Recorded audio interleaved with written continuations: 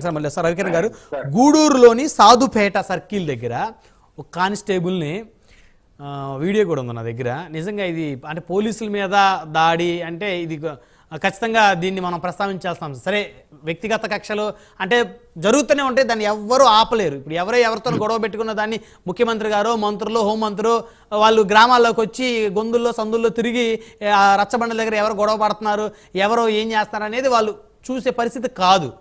అయినప్పటికీ కూడా శాంతి భద్రతలను అదుపులో పెట్టాల్సిన అవసరం ఉంది. భయం భక్తి కలిగించాలి. ఏదన్నా విచక్షణారహితంగా ఏదైనా దాడులు పాల్పడితే వెంటనే పోలీస్ వ్యవస్థ అప్రమత్తంగా అరెస్ట్ చేస్తుందేమో, శిక్ష పడుతుందో భయాన్ని అయితే కలిగించాలి. కలిగించినప్పుడు శాంతి భద్రత ఉంది. అయితే గూడూరులోని సాధుపేట సర్కిల్ దగ్గర ఒక పోలీస్ కానిస్టేబుల్ని ఓ వ్యక్తి వచ్చి ఒకటే దెబ్బ కొడితే పడిపోయాడు అతను అంటున్న స్పాట్లో. ఇది జరిగి 4 రోజులైంది. సో ఇలాంటివి చూసినప్పుడు మరి హోంమంత్రి గారు కనీసం ఇలాంటి అంశాల మీద మాట్లాడాలి కదా. సరే మిగతా అంశాలు పక్కన పెడదాం. పోలీస్ కానిస్టేబుల్ మీద డ్యూటీలో ఉన్న వ్యక్తి మీద దాడి చేయటం అనేది అంటే ఎంత ధైర్యంతో దాడి చేశారు, అంటే ఏ ధైర్యం, వెనక ఎవరున్నారనే ధైర్యం? అతను దాడి చేసిన వ్యక్తిని పట్టుకున్నారండి ఎవరన్నా? మీకేమైనా ఉందో సమాచారం? పట్టుకున్నారు.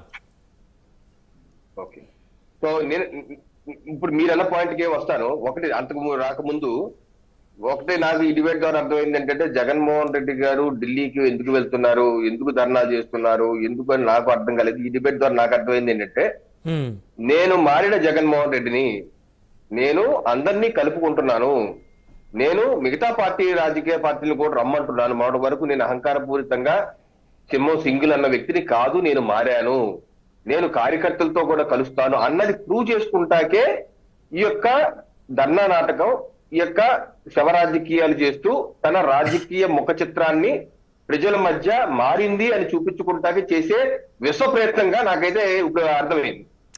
ఎందుకంటే ఇప్పుడు మీరన్నట్లు హింసని నేను కూడా ముందు చెప్పాను, హింసని ఎవరు ప్రోత్సహించకూడదు, ప్రేరేపించకూడదు. ప్రధానంగా మీరన్నట్టు ఏ మూలం ఏదో జరుగుతుంది, బట్ దాన్ని ఏ రకంగా ప్రభుత్వం డీల్ చేస్తుందన్నదే ముఖ్యం. ఇప్పుడు గత ప్రభుత్వ హయాంలో 100-250 పైచిలుకు ఆలయాలపై దాడి చేస్తే ఆ రోజు ఆ ప్రభుత్వం గాని ముఖ్యమంత్రి గారు ఏమన్నారండి? కొన్ని దగ్గర దాడి చేశారని చేశారు. ఎవరు చేశారో తెలియదు, లేకపోతే టీడీపీ వాళ్ళు చేశారు కాసేపు, బీజేపీ వాళ్ళు చేశారు కాసేపు అన్నారు, కానీ ఎక్కడా దాని మీద చర్యలు తీసుకునే బాపత లేదు. సిట్టు కూడా వేశారు, ఎవరిని ముట్టుకోలేదు.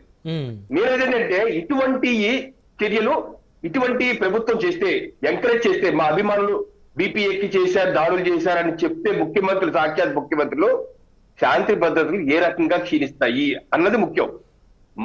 మా ప్రభుత్వం, ఎన్డీఏ ప్రభుత్వం చాలా స్పష్టంగా ఏ ఘటన జరిగినా స్పందిస్తున్నారు, వెంటనే కేసులు పెడుతున్నారు, అరెస్టులు జరుగుతున్నాయి, పట్టుకుంటున్నారు. ఎక్కడ ప్రభుత్వం మేము మా అభిమానులు చేశారు, మాకు సరదాగా చేస్తున్నారు, ఊసిపోక మా వాళ్ళు చేస్తారు కాబట్టి మేమేం కేసులు పెట్టాం, ఇటువంటి స్టేట్మెంట్లు మా ప్రభుత్వం ఎక్కడ, మా హోంమంత్రి గారు వచ్చి మా వాళ్ళు చేశారని ఎక్కడ అంటలే కదా, చర్యలు తీసుకుంటున్నారు కదా. ఇది ముఖ్యం. ఎప్పుడైతే మీరు చర్యలు తీసుకుంటామో టీడీపీ వాళ్ళు, ముఖ్యమంత్రి చంద్రబాబు నాయుడు గారు టీడీపీ వాళ్ళు చేస్తే నేను ఊరుకోను అని ఎప్పుడైతే అంటున్నారో అక్కడ ఆగుతాయండి, ఎక్కడన్నా ఆగుతాయి. అంతేగాని వైసీపీ పార్టీ అధినేతగా కూర్చొని బీపీ పెరిగించేశారు, అభిమానులు చేశారు, రసాయనం చేశారు, నా ఇంట్లో వాళ్ళు చేశారు అంటే అవుతాయండి ఎక్కడన్నా ఘర్షణలు? మళ్ళీ వాళ్ళందరూ మంత్రులుగా ప్రమోట్ ఇస్తారు, అవుతాయండి? దళితులను చెప్పేసి జోడు చేసి ఎమ్మెల్సీని సంకలం పెట్టుకుని తిరుగుతూ రోజు గొప్పగా ఎంతో ఊరేగిస్తుంటే శాంతి భద్రతలు ఎక్కడ అవుతాయండి? అంటే ప్రభుత్వం మా దగ్గర ఉంది, పోలీసులు మా వాళ్ళు కాబట్టి మేము ఏం చేసి చెల్లిపోతుంది చేస్తారు కదా. ఈ రోజు మా ప్రభుత్వం చేయట్లేదు కానీ నేను అన్నాను, అది మా ప్రభుత్వం చేయట్లేదు, చాలా నిబద్ధతగా ఉన్నారు. కానీ మేమేంటంటే జగన్మోహన్ రెడ్డి గారు ప్రతిపక్ష నాయకుడుగా ఆయన ధర్నాలు చేయొచ్చు, దీక్షలు చేయొచ్చు, కోర్టులకు వెళ్ళొచ్చు. కాకపోతే ప్రజల్ని తప్పుదోవ పట్టే విధంగా జరగని లేకపోతే రాజకీయ కక్ష కాకుండా వ్యక్తిగత కక్ష జరిగినటువంటి అన్ని కలిపేసుకొని లేనిపోని సంఖ్యలు చెప్పి ఒకరోజు 31 అని, ఒకరోజు 36 అని ఇష్టం వచ్చిన సంఖ్యలు చెప్పి ఒక భయాందోళన క్రియేట్ చేస్తూ రాష్ట్రపతి పాలన పెట్టాలనేది ఒక శవ రాజకీయం. ఆయన చేస్తుంది తప్పు, భరించలేకపోతున్నాడు. ఆయన 40 రోజుల్లో కూడా మా అధికారం లేకపోతే భరించలేకపోతున్నారు జగన్మోహన్ రెడ్డి గారు అనేది వాదన. దయచేసి మీరు తగ్గించుకోవాలని చెప్పేసి మా యొక్క విజ్ఞప్తి. సింగళూరు వెంకటేష్ గారు, శవ రాజకీయాలకి జగన్మోహన్ రెడ్డి గారు మళ్ళీ తెరలేపారు అనేది బీజేపీ నాయకులకు వాదన, అదేవిధంగా జనసేన వాదన కూడా అదే. ఇప్పుడు వెను